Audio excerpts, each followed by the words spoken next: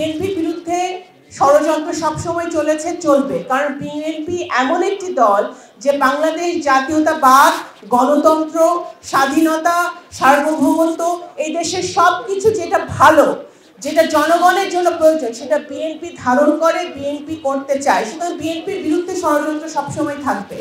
বাংলাদেশ জাতীয়তাবাদী দল, শহীদ রাষ্ট্রপতি জিয়াউর রহমানের দল, এই দল আমাদেরকে যা শিখিয়েছে, যে আদর্শ এবং নীতি নিয়ে চলতে শিখেছে, আব্দুল মান্নান চাচা কিন্তু ঠিক সেই একই আদর্শ এবং নীতির একজন মানুষ ছিলেন। উনি ওনার নেতাকর্মীকে ভালোবেসেছেন, ওনার নেতাকর্মীর জন্য কাজ করেছেন, এবং শেখ হাসিনার এই স্বৈরাচার সময় এত অত্যাচার অনাচারের পরেও উনি অত্যন্ত সাবলীলভাবে, অত্যন্ত পজিটিভভাবে সবকিছু দেখেছেন এবং একটি ভিশন নিয়ে উনি অপেক্ষা করেছেন এই সুদিনের জন্য। উনি সংগ্রাম চালিয়ে গেছেন। ওনার সাথে যখনই দেখা হয়েছে, ওনার মনে হয়েছে যে এত অত্যাচারের মধ্যে, যেখানে ধানমন্ডির এলাকার লোকজন বাসায় থাকতে পারছে না, আপনারা আমাদের ছাত্রদল, যুবদল, স্বেচ্ছাসেবক দলের ছেলেরা গুম হচ্ছে, খুন হচ্ছে, তারা বাসায় থাকতে পারছে না, অ্যারেস্ট হচ্ছে, ইভেন ওনাদের বাসায় কতবার আক্রমণ হয়েছে। তারপরেও ওনার সাথে যখনই দেখা হয়েছে মনে হয়েছে যে উনি আশার বাণী শোনাচ্ছেন, ভবিষ্যতে কথা বলছেন। কালার এক্সপার্ট, জর্জ স্যাপ এবং মাইল্ড অন হ্যান্ডস টেকনোলজি সমৃদ্ধ অরিক্স ক্রিস্টাল ওয়াশ আপনার আজকে যখন আমাদের এই 15-16 বছরের আন্দোলন, অত্যাচার, অনাচার, এত স্ট্রাগলের পরে, এত আমাদের ত্যাগের পরে, যেখানে আমাদের একটা ফ্যাসিবাদ মুক্ত বাংলাদেশ পেয়েছি, সেই বাংলাদেশে অবশ্যই আব্দুল মান্নান চাচাকে আমরা প্রতিদিন ওনাকে মিস করি, ওনাকে অনুভব করি।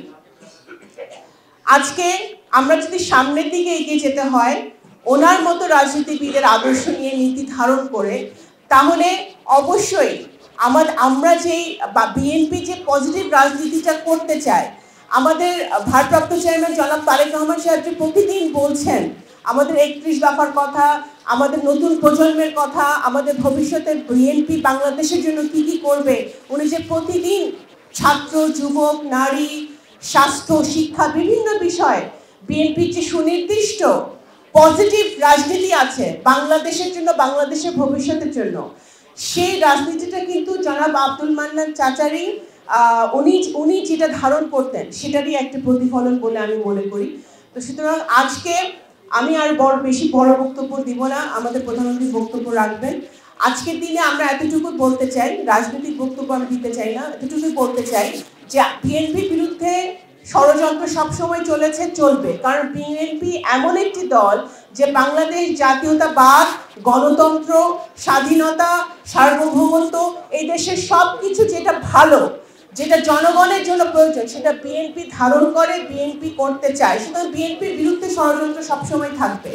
এই ষড়যন্ত্র মোকাবেলার জন্যে আমাদের দেশনায়ক তারেক রহমান, দেশনেত্রী বেগম খালেদা জিয়া যে পথ প্রদর্শন দিয়েছেন, বিশেষ করে যে ভিশনারি পলিটিক্স আমরা করছি, ভবিষ্যতের জন্য যে রাজনীতি আমরা করতে চাই, ভবিষ্যতের প্রজন্মের জন্য যে রাজনীতি করতে চাই, এই আরিজের মতো ছেলে মেয়েদের জন্য যে রাজনীতি আমরা রেখে যেতে চাই, যে বাংলাদেশ আমরা রেখে যেতে চাই, সেই বাংলাদেশ যেন আব্দুল মান্নান চাচার যে স্বপ্ন উনি দেখেছিলেন, বাংলাদেশের যে স্বপ্ন শহীদ রাষ্ট্রপতি জিয়াউর রহমান দেখেছিলেন, সেই স্বপ্নটাই যেন আমরা বাস্তবায়ন করতে পারি।